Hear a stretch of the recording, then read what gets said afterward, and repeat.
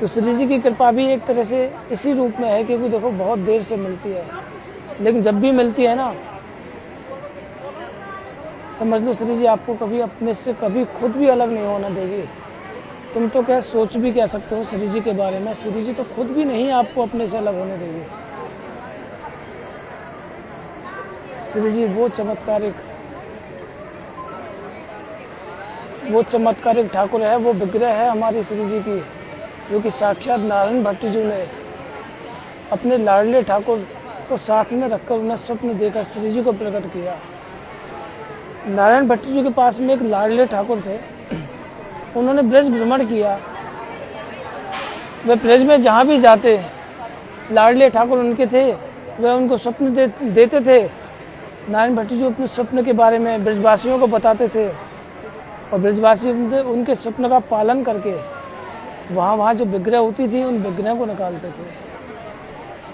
ऐसे ही है नारायण भट्ट जी की जो ब्रज यात्रा में ब्रह्माचल पर उनकी यात्रा का ठहराव हुआ, उन्होंने ब्रह्माचल पर्वत पर अपनी यात्रा, जो उनकी ब्रज भ्रमण जो यात्रा चल रही थी, वो ब्रह्माचल पर्वत पर आकर स्थगित हुई। तो लाडले ठाकुर ने एक स्वप्न दिया नारायण भट्ट जी को कि ब्रह्माचल पर्वत पर हमारी राधा रानी की एक बहुत ही छोटी सी विग्रह है, जो कि इसी ब्रह्माचल पर्वत में है। नारायण भट्ट जी ने यह स्वप्न का पालन करते हुए साक्षात श्री जी की एक छोटी सी विग्रह को ब्रह्माचल पर्वत से उत्पन्न किया। श्री जी का जन्म रावल में हुआ। रावल में जो यमुना जी बहती है, वहाँ से कमल के पुष्प में से श्री जी का जन्म हुआ। लेकिन श्री जी की जो बाल अवस्था थी, जो बाल अवस्था में जो श्री जी की लीला थी, वह ब्रह्माचल पर्वत पर श्री जी नारायण भट्ट जी के द्वारा, नारायण भट्ट जी के स्वप्न के द्वारा यहाँ प्रकट हुई। उसके बाद में यहाँ लीलाएं हुई। नारायण भट्ट जी ने काफ़ी समय तक श्री जी की सेवा करी। सेवा करने के बाद में नारायण भट्ट जी की जब अवस्था वृद्धावस्था की ओर आई, तो श्री जी ने, पहले क्या होता था कि साक्षात जो विग्रह हैं, जो प्रागट विग्रह हैं, वे स्वप्न देती थी और आकाशवाणी करती थी। तो ऐसे श्री जी ने एक आकाशवाणी के जरिए नारायण भट्ट जी को एक संदेश दिया कि बाबा, ओ बाबा, देख अब तू शादी कर ले, और तू ब्याह कर लेगो तो तेरी जो संतान होगी वो मेरी सेवा कर लेगी। बाबा उस विग्रह को, राधा रानी को, छोटी सी प्यारी सी विग्रह को लाली कहा करते थे। राधा रानी को लाली के रूप में बुलाया करते थे।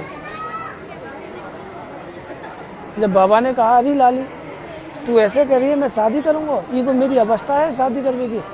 लाली ऐसे मत करे, ये मेरी कोई अवस्था ना है। लोग जो कहेंगे बाबा जी पागल है, वो है, ये बाबा पागल है, वो है, बुढ़ापे में ब्याह कर रहे हो, या शर्म ना आ रही? लाली क्यों मेरी थोड़ी बहुत जो ब्रज यात्रा है, या मैं क्यों बेकार की ये परेशानी करे? सब ब्रजवासी गाली देंगे मुझे, सब गाली, मुझे अगर तेरी इच्छा हो मैं गाली खाऊं ब्रजवासिन की, वो भी खा लूँगा, लेकिन मुझे अच्छा ना लग रहा, मेरी अवस्था ना है जी शादी कर देगी।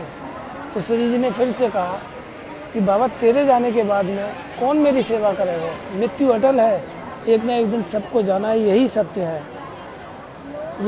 है, एक ना एक दिन सबको जाना है। तो बाबा ने कहा, बाबा के एक शिष्य थे गोस्वामी नारायण दास जी। बाबा ने कहा, लाली मेरा एक परम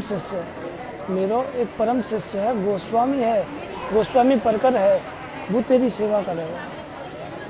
बाबा ने कहा चलो ठीक है, आप भी बड़े हटीले हो, ना मानने मेरी बात, ठीक है कोई बात नहीं।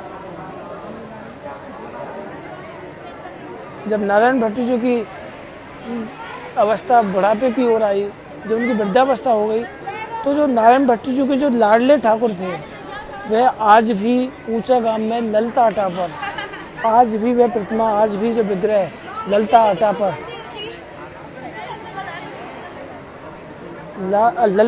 आज भी वह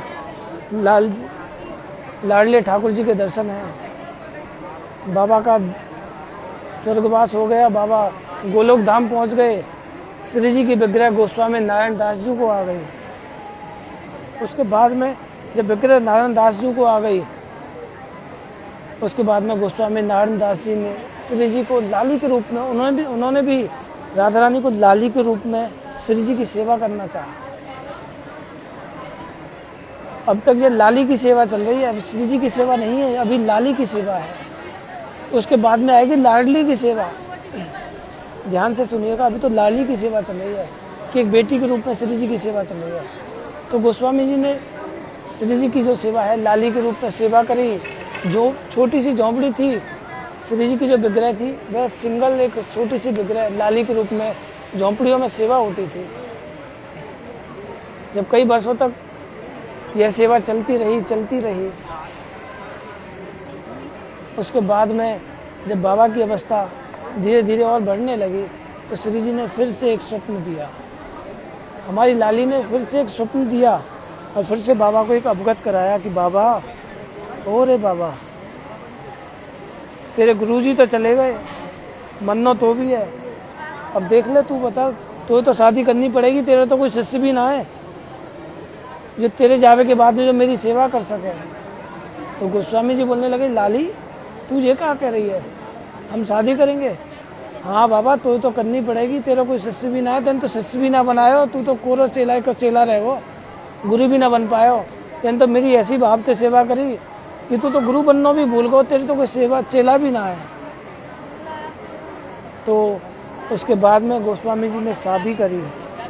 गोस्वामी जी की शादी हुई, उनके 3 बेटे हुए, जिनका नाम था, एक का नाम उन्होंने अक्षय राम रखा, एक का नाम लक्ष्मण रखा और तीसरे का नाम बाबा रखा। बाबा के नाम से, नाम तो खैर अभी तक किसी को नहीं पता है, तो तीसरे को जब बाबा कहकर बुलाते थे। तो वह 3 जब उनके संतान हुई, गोस्वामी जी का स्वर्गवास हो गया, गोलोक धाम को चले गए। उसके बाद में लाली की सेवा 1-1 साल तक तीनों, अक्षय राम, लक्ष्मण और बाबा, तीनों लोग 1-1 साल तक करने लगे। लेकिन जब लाली तीनों की इतनी प्यारी हो गई, जो हमारी लाली है श्री जी, तीनों की इतनी प्यारी हो गई कि सभी उन्हें प्यार से लाडली कहने लगे, क्योंकि वे तीनों के बीच में थी। पहले एक के बीच में थी, अब तीनों के बीच में आ गई। तो सभी गोस्वामी के जो तीनों थे, गोस्वामी पढ़कर उन्हें लाडली कहने लगे। श्री जी का नाम लाली से लाडली हो गया। तो श्री जी को लाडली कहकर बुलाने लगे कि हे लाडली, हे लाडली, लाडली कहकर गोस्वामी सेवा करने लगे। फिर उनके संतान हुई, धीरे धीरे संतान चलती रही, आगे बढ़ती रही। तो उस टाइम की बात थी कि जब कोई भी भक्त नहीं आया करता था, जिन इक्का दुक्का कोई भक्त आता था, श्री जी का जो भोग था वह नीचे, हमारी जो ब्रज गोपी थी, जो हमारी गोसाइन थी, वह नीचे श्री जी के लिए चटनी, हाथ की चटनी और पराठे बनाकर श्री जी के लिए ऊपर लेकर आया करती थी। पहले गोसाइन बनाया करती थी, जो श्री जी का जो भोग है, पुजारी जी सेवा करते थे। और पुजारी जी, जब पुजारी जी को पता चलता था कि आज भाई, क्योंकि एक गाड़ी आ रही है, जब दूर से ही दिखता था कि इतना सब कुछ नहीं था, दूर से दिखता था कि कोई गाड़ी आ रही है, अरे भाई रुक जा रुक जा रुक जा, कि कोई यात्री आ रहा है, अभी 2 मिनट और रुक जा।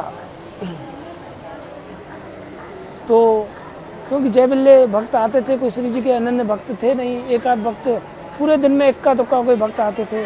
जब भक्त आते थे, श्री जी की गोपियाँ नीचे से थाली में ढककर श्री जी के लिए चटनी, और मीठी चटनी शुरू से पसंद थी हमारी श्री जी को, चटनी और पराठे लेकर श्री जी के लिए लेकर आते थे। श्री जी के गर्भगृह में दर्शन होते थे। छोटा सा मंदिर था, यह भी मंदिर नहीं था, एक छोटा सा मंदिर था, यहाँ कभी मैं आपको ले चलूँगा। वहाँ श्री जी के दर्शन होते थे। श्री जी की लीलाएं ऐसे चलने लगी, गोसाइन लेकर आने लगी, श्री जी की भक्ति धीरे धीरे भक्तों पर चढ़ने लगी।